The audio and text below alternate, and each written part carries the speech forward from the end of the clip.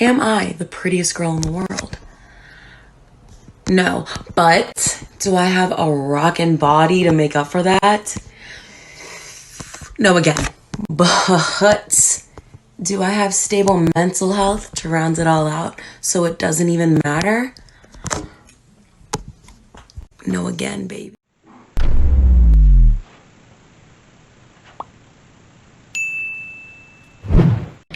Well, good afternoon, guys. It is a beautiful 77-degree day here in Central Florida. What I'm going to be doing today, since I just got notification that my new ECU for the Mazda here, the new computer, has been shipped, and I should be getting it in 2 days. I should be getting it on Saturday. Today's Thursday, should be getting it on Saturday. So what I'm going to do, since I didn't have to take all this apart to begin with, I'm going to start putting this all back together. The battery case, the airflow intake. I'm not going to be putting the old ECU in at this particular point in time. It basically just screws onto the side of the battery case here, which if I would have known, I could have just taken it off instead of taking this all apart. But like I said, everything that I seen about the thing said it was on top of the transmission. My particular car, it wasn't.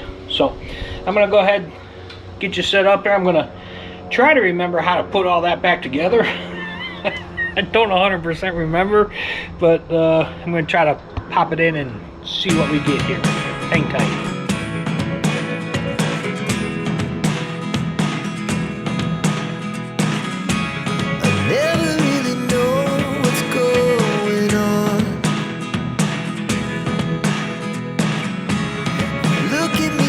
Alright guys, time out. I guess I can't put this in because if you look here, the new ECU goes on the side of the battery compartment, but there's two screws up here behind the master cylinder for the cover and for the mounting of the ECU. So this is going to have to come out anyway for me to put the new ECU on the side of it. So with that being said, I'm just going to stop now and I'll do it.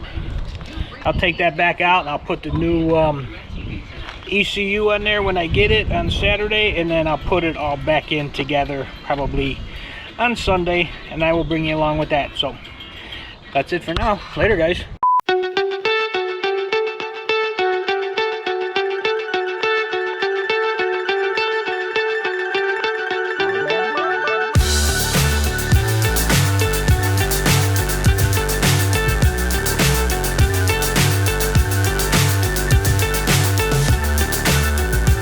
What is up, everybody? On this how-to video, I am going to show you how to reseat and adjust your garage door so that it goes up and down nice and smooth.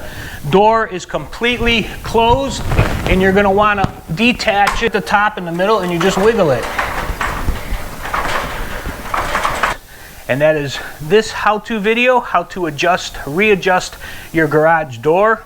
Good afternoon, everybody. It is a beautiful 77-degree day here in Central Florida. You can hear the birds chirping a little bit here in the morning here. But anyway, I just, like I showed you, me setting up here for the how-to video that I did, which you have already seen. It is already out. It's how to readjust the panels on your garage door to reduce stress on the motor and everything. So that is done, that is out. You guys have already seen it. If you haven't, I'll leave a link down in the description on how to check that out and how to do it yourself. But anyway, since I do have the Honda out here, remember I showed you the other day about these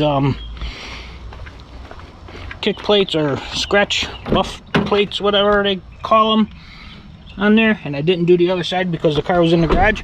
Well, since it's out here, I'm going to do the other side now. I'm not going to show you me doing it because I showed you doing the other side, but I will show you when I'm done. So I'm going to go do that now. Man, that sun feels good. Also, I should be getting the new ECM for my Mazda today. It's in the mail, coming today. Should be delivered today. I'm going to try popping it in tomorrow and checking to see if my keys work, which I'm pretty sure they're not going to, but I'm going to try them anyway. Hopefully they will. If not, there's a couple local places around here where they'll come to the house and reprogram the key to the new ECU. So if it doesn't work, once I get it in, I'm going to have to call one of them and have one of them come out. So, but anyway, I'm hoping it works. I don't think it's going to, but I'm hoping it will. Anyway, guys, I'm going to go tackle that Honda thing right now. I'll show you when I'm done. Later.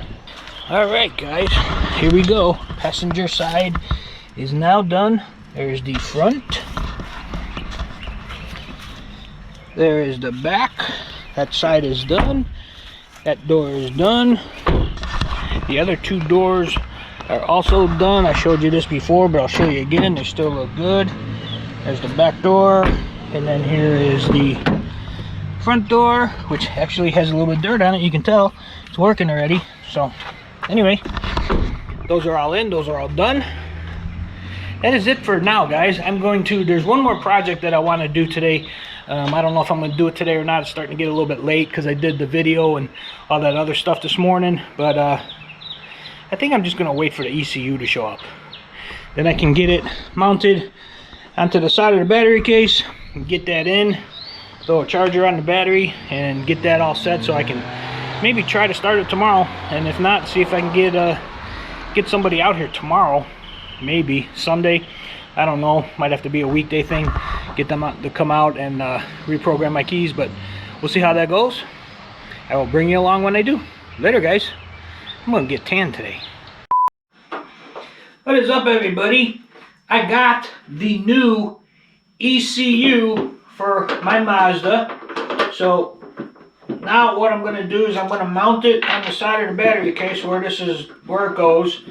As you've seen, I tried putting this in, but then I found out that these screws here were behind the master cylinder and I wouldn't be able to get them to connect onto here. So I need to put this on here first, get it all together, then I can put it back in. Now, I did receive this yesterday afternoon.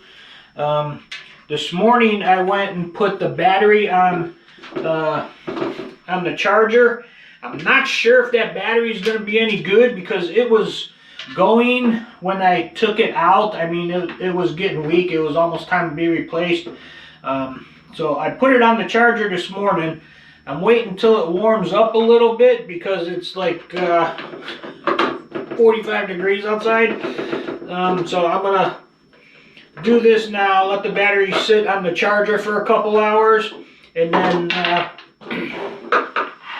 go out there and install this back in once it gets a little bit warmer, and then hopefully my keys will work. I'm pretty sure they're not going to. They're going to have to be reprogrammed like I told you guys before. But I'm going to try it and see. I have the number for a couple different places that come to the house to program the keys. So if the keys don't work, I'll see if I can get a hold of them and see when I can get them out here to do that. But that's what I'm doing now. I'm putting this back together. And in a little while, I'll go outside and pop it back in and see if it works. Later, guys. Alright, guys, so here we go, round two. I got the ECU bolted onto the side of this thing. So now we're going to see if I can get this to go in properly.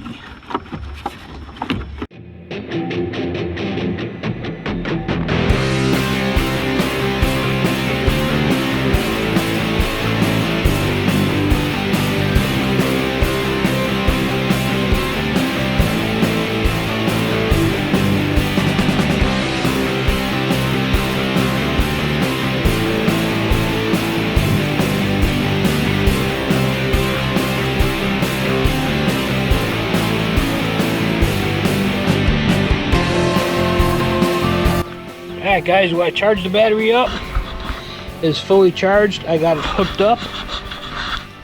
Got the key here. I don't know if this is going to work. Let's hit the open door. Alright, well, that worked. Alright, here we go. I hope this works. I got lights on the dash. Let's see what happens here. Okay, got lights on the dash. See if this will start. I doubt it. Nope, nothing.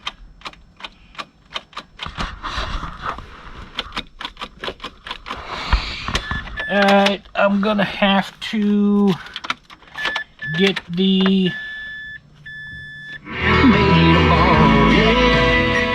radio works. Gonna have to get the keys reprogrammed.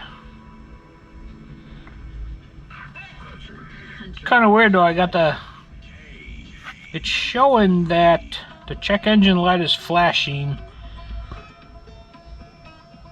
All the lights are on and it shows that it's in drive, which it shouldn't be, but that could just be because the key needs to be reprogrammed. Alright, so I'm gonna have to call somebody to get the keys reprogrammed, which I kind of figured was gonna happen anyway. So alright, be back with you whenever that happens. Later, guys. Okay guys, what is up? I am in the Mazda. I just hooked up the new ECM and there is a major issue with this. Right now, turning it on, well, see if you could see, but my automatic transmission light is now on. I have a D and a 3 flashing. My check engine light is on. I know the speedometer does not work because I took it for a drive. The speedometer doesn't work. It's not showing me what gear I'm in, or that I'm even in drive or neutral or reverse or whatever. And I have a whole bunch, I think it's like 8 or 9 codes coming from the computer. I'm gonna go hook up my my reader here now in a second, and I'll show you those going through them. But there is something seriously wrong with this module that I got. They said it's supposed to be plug and play. Should have been able to plug it right in, should have worked. I got the keys reprogrammed at $100 a pop, so I spent $200 on that. Yeah, it's there's something wrong. There is something wrong. And ironically, this morning they sent me an email wanting to know how everything is going, and I can reply to the email. So what I'm going to do is I'm going to write all this stuff down, get this stuff all set, and then I'm going to send them back an email and tell them, hey, there is something seriously wrong here. We need to fix this as soon as possible. But let me go get the code reader and I'll show you what all the codes are. Alright guys, so I got a PL758 shift solenoid B electrical, 0763 solenoid C electrical, 768 solenoid D electrical, 773 solenoid E electrical, and then that's 758 again. It's less than it was yesterday. And the thing is if I clear them, I can go ahead and clear them, and they'll come right back. They'll come right back. So I'm gonna go take a picture of these with my phone so I can have it on my phone when I go to write the email, and we'll see what it says. I don't know. I really don't know. This is not the way this is supposed to be. This is supposed to be a plug and play. It's supposed to work. All the reviews said that they're great and everything, but you know, right now I don't think so. We'll see how good their customer service is and what happens once I email them. I will keep you informed as it goes on. So later, guys. Good afternoon, everybody. It is 84 degrees today. Tomorrow it's supposed to be in the mid 80s again also. Very nice. End of February, last day of February right now. As I'm filming this, it is middle 80s, 84 degrees. Anyway, update on my Mazda. I sent them an email the other day telling them that, you know, the whole story. My old one didn't have all these codes. It's now, I got the transmission light is on. I got all these codes. It's in third gear. It won't get out of third gear. Told them the whole thing. So then they replied back to me stating that, you know, since it is under warranty, we're going to try to get it fixed for you. So then they sent me this form I had to fill out, going through all the steps that I went through to get my original one diagnosed and what was happening with the new one, why it wasn't working. So I filled all that out, sent it back to them. They said somebody will get back to me in approximately 1 to 2 days. That was last night. Today's 1 day. Tomorrow's going to be 2 days.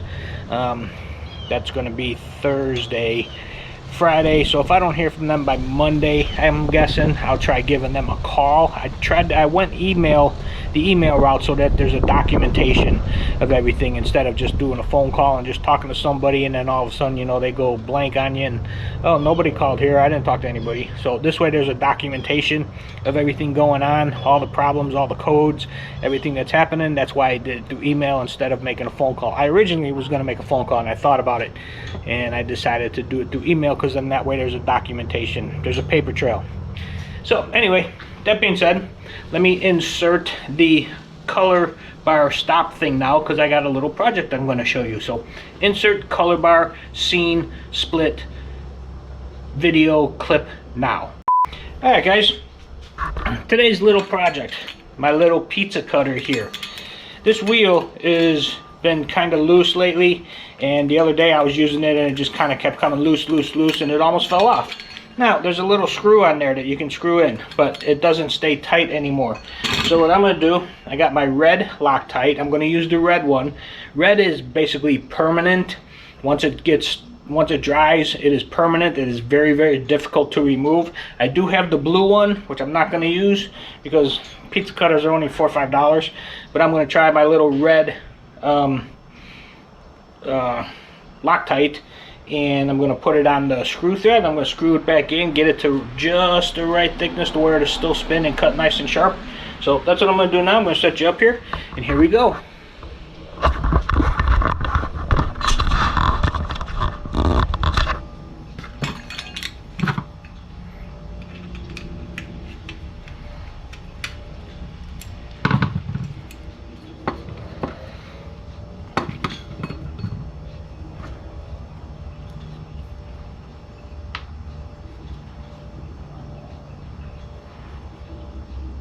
Ooh.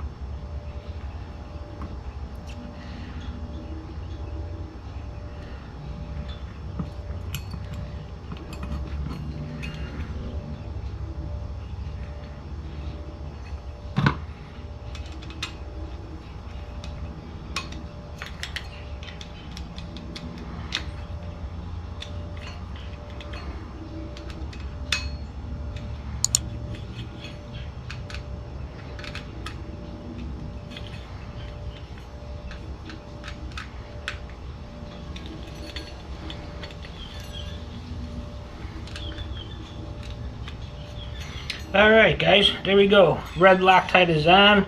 Got it nice back in place. Should be good tight to go. The reason I like this one, this is a very sharp pizza cutter, and it cuts very good. So I wanted to try to save it. So the red Loctite is in there. I'm going to put this in the sink. I'm not going to wash it yet. I'm going to let it dry for a few days. I mean, it shouldn't take that long to dry. I just noticed my cap is split here. That's why this is all sticky. I bet it's leaking out of here. I'll throw some electrical tape around there. Alright guys, anyway, project done. Later.